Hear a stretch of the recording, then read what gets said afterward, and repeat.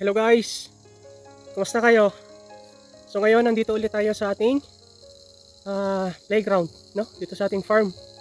Ngayon nandito ako sa aking area na kung saan ang tanim ay latundan, no? Yung tundan kung tawagin natin. Yung iba tinatawag naman itong turdan, no?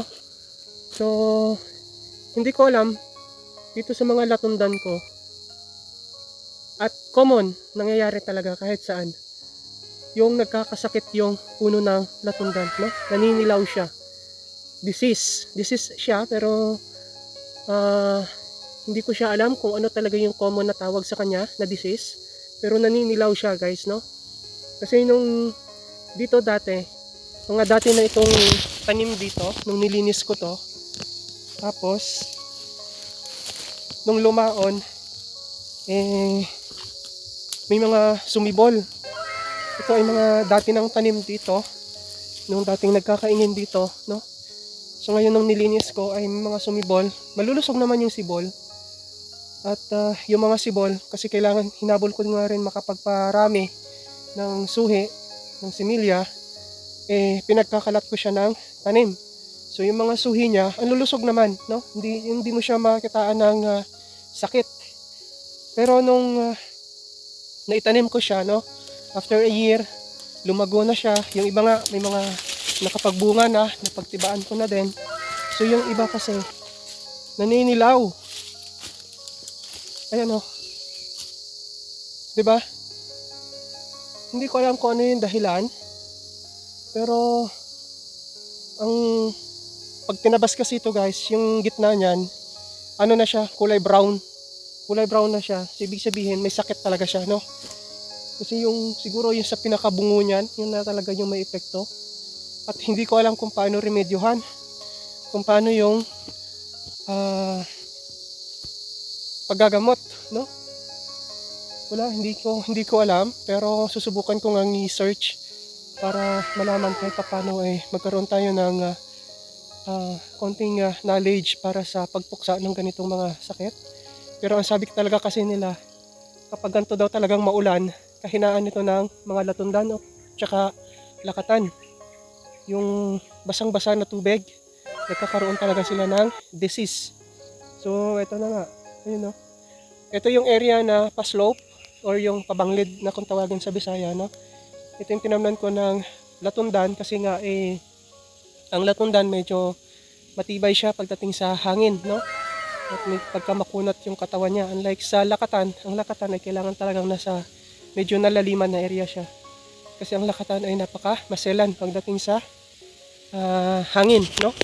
At mahampas nga lang ng hangin pumupuril talaga siya. Kaya latundan talaga ang tinatanim kapag mga ganitong area, no? Yung mga banglid.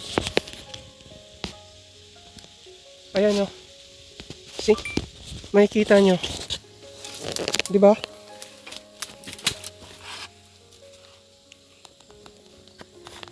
Yun yung puno niyan. Pero yun, ito yung suhi niya, di ba? Ang lusog naman.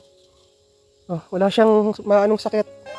Pero pag ito tumagal guys, malamang tilaw na naman to. Ayan, oh. Di ba? Nagkakaroon siya ng spots. Ayan, oh, sira.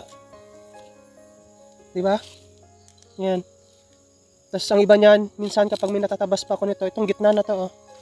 Yan, yung gitna na yan. Ano yan? Itim. Bulok.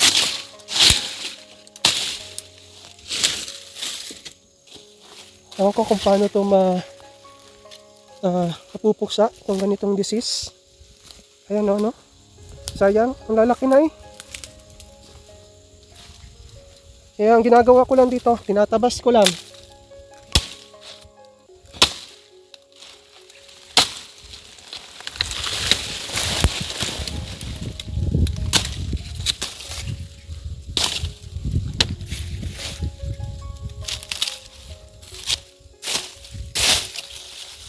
Oh, kita nyo.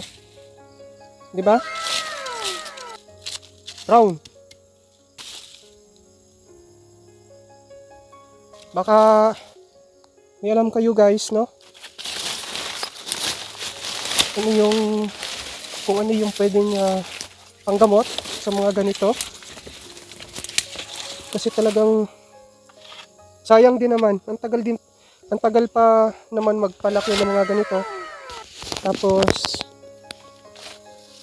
lumalaon, dumarating yung point na eto nga, nagkakaroon ng sakit. Ayan. Ang ilalim nyon guys, puno siya ng bundo. Basta tong area na to. Yan, yung area na yan, hanggang dito, pataas. Basta lahat ng mga nilinis ko dito ay puno yan ng bundo. Yung kabila lang doon, ang hindi ko natamnan ng bundo kasi medyo malagkit ang lupa doon. Matigas kapag ganito na papunta pa naman tayong summer. Kapag natuyo, talagang ang tigas ng lupa, makunat, no? So, parang hindi siya advisable na taniman ng bundo.